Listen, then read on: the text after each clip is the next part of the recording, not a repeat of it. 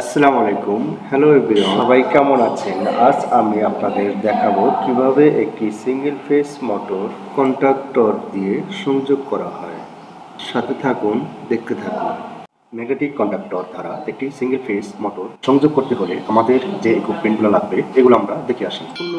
সম্পূর্ণ করতে হলে প্রথম লাগবে আমাদের একটি এমসিবি। এরপরে লাগবে একটি ম্যাগনেটিক কন্ডাক্টর, আরও লাগবে একটি সিঙ্গেল ফেজ মোটর। এরপর লাগবে মোটরকে কন্ট্রোল করার জন্য একটি অন সুইচ এবং একটি অফ সুইচ। তাহলে দেখে আসি কিভাবে সার্কিটটি সংযোগ করতে হবে। সার্কিটটি সংযোগ করতে যে ম্যাটেরিয়ালসগুলো লাগবে আমরা তা একে একে নিয়ে নিচ্ছি। MCB, magnetic conductor, single phase motor, on switch এবং অফ সুইচ।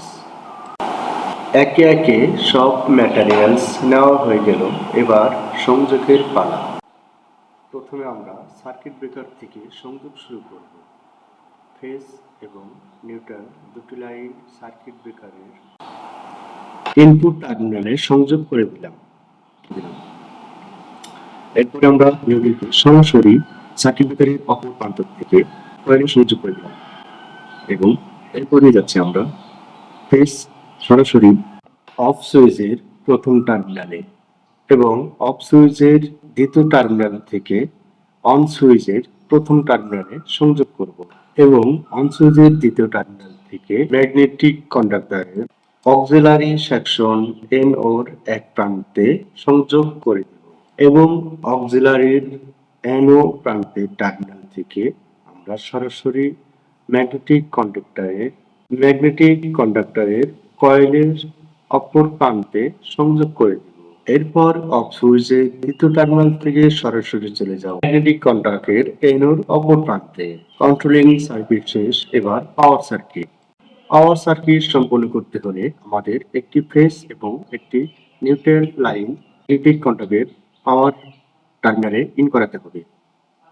নিউট্রাল লাইনটা সরাসরি শর্ট করে আমরা অপর প্রান্ত থেকে বেরিয়ে মোটরের যে টার্মিনাল আছে সেখানে কানেকশন করে দিলাম, জয়েন্ট করে দিলাম।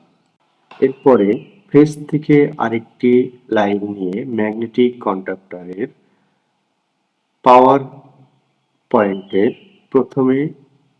প্রথম টার্মিনালে লাগিয়ে দিলাম এবং দ্বিতীয় টার্মিনাল থেকে সরাসরি এসে মোটরের অপর টার্মিনালে লাগিয়ে দিলাম। এভাবেই একটি ম্যাগনেটিক কন্ডাক্টর দিয়ে single phase motor controlling circuit তৈরি করা হয়। ধৈর্য সহকারে ভিডিওটি দেখার জন্য আপনাকে ধন্যবাদ। যদি ভিডিওটি ভালো লেগে থাকে অবশ্যই কমেন্ট বক্সে জানাবেন। ধন্যবাদ সবাইকে, ভালো থাকবেন।